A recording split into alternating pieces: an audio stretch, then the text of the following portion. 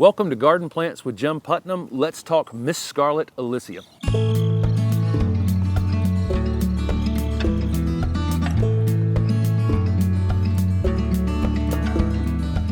This is Miss Scarlett Illicium from the Southern Living Plant Collection, a really incredible, compact growing Illicium that has red star-shaped flowers on it that it wears on the outside of the plant, which makes this one truly interesting. And the compact habit, we've got other Illicium in our garden and they tend to be a little more of an open form, very, very different than what you're seeing here.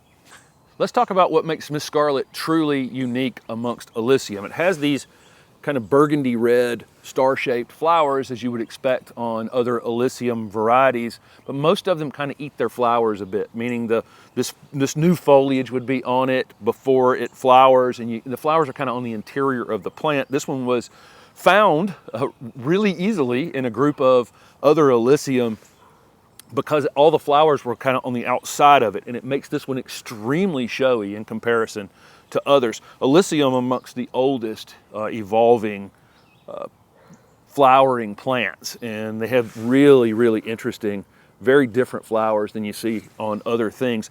This has this incredibly dense growth habit. I mean, it's very, very different than the other Illicium varieties that we have and other species that we have in our garden.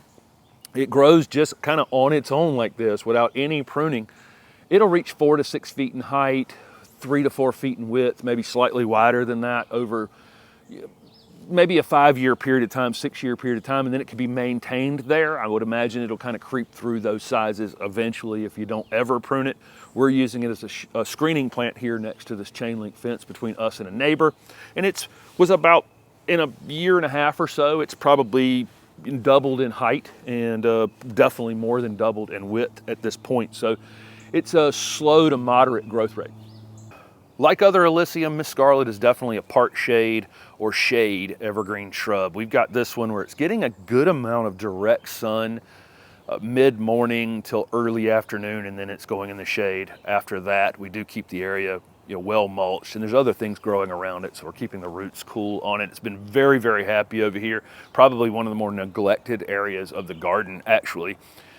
Uses in the landscape, of course, we're using it again as a screening plant between us and a neighbor. I think this year, it's this second spring in the ground. It's really starting to jump very, very quickly here in April, and I think I'll get quite a bit of growth out of it. I think it'll be up to the fence by the end of this season. Of course, looks great. It's just a one-of-a-kind with these incredible flowers, great looking shiny green foliage.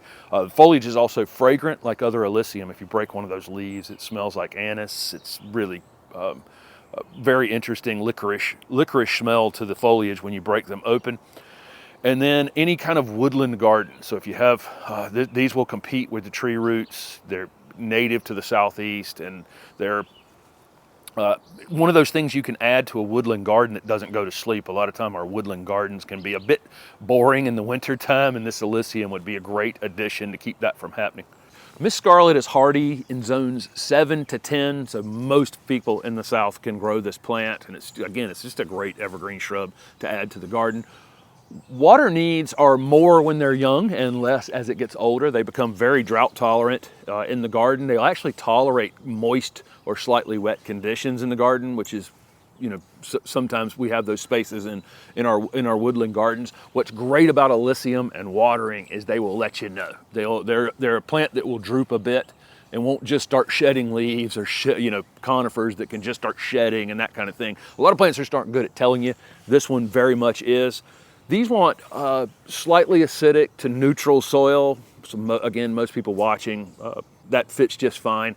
This is a plant that I'd probably add a little bit of compost to. It likes slightly enriched soil, not, when you're planting. And then if it is a wet area, like I say, they'll tolerate some wetter conditions, but do mound them up a bit when you plant them. Don't plant them, really deep in a wet space. If you mound them up and let them choose to put their roots down in the water, they'd be totally happy.